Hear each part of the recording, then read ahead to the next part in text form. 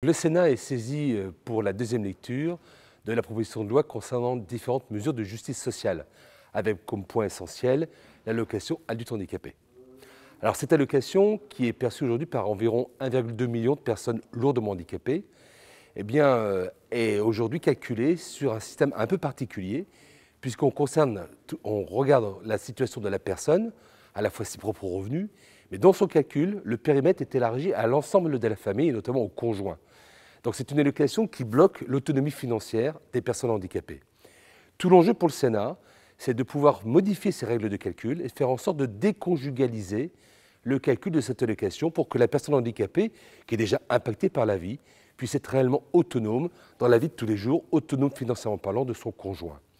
Nous sommes aujourd'hui dans un débat un peu compliqué avec le gouvernement qui n'est pas favorable à ce système de calcul d'allocation et nous souhaitons faire porter nos idées pour expliquer que cette allocation n'est pas un minima social, comme le dit le gouvernement, mais réellement une compensation pour des gens qui sont très éloignés de l'emploi, voire même dans l'incapacité un jour de travailler.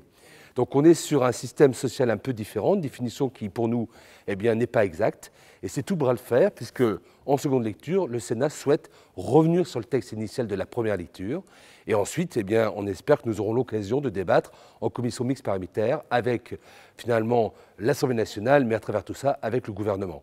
Donc les associations sont mobilisées, les élus de tous bords politiques en dehors de la majorité présidentielle sont également mobilisés. Nous espérons que la sagesse du Sénat l'emportera dans le débat, dans les convictions.